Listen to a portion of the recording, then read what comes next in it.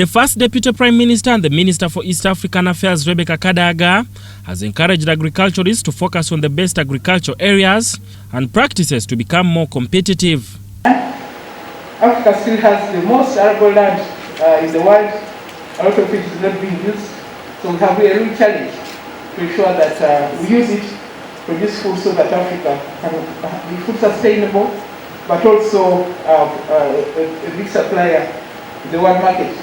Imagine now we are very far from Ukraine, but we are struggling. You have no wheat, you have no oil, you have no this.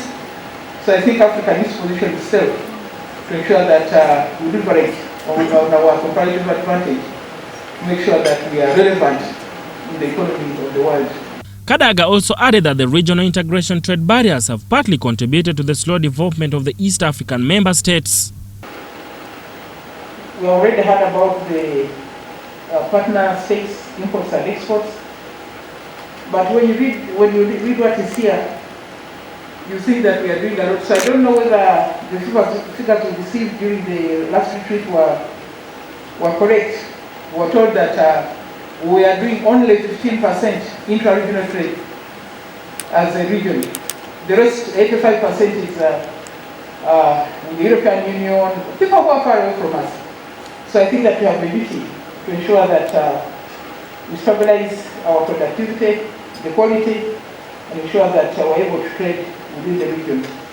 The Chief Executive Officer, Kilimo Trust Uganda, Dr. Birungi Korutaro, highlighted on some of the milestones the project has achieved.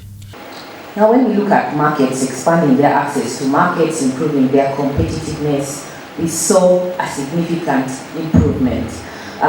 When we look at the amount of the two products, paddy and milled rice, we were able to see about 249,000 metric tons traded over the 3 years. This was equivalent to about $131 million US.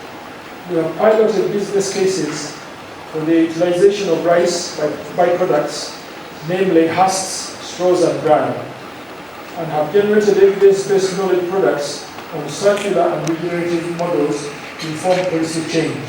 Stephen Tibaijuka, the Director Crop Resource at the Ministry of Agriculture, Animal Industry and Fisheries, notes that the continued government support towards the sector has contributed to the increased production of rice growing in Uganda. This initiative did not create impact on its own, but it leveraged all the already existing public and private sector investments. Right, Honorable? Government has invested heavily in infrastructure, including irrigation schemes like Doho, Tu, and Tochi, and the others. So during this initiative also there were partnerships with various other partners like JICA. Sada Mubale, UBC News, Kampala.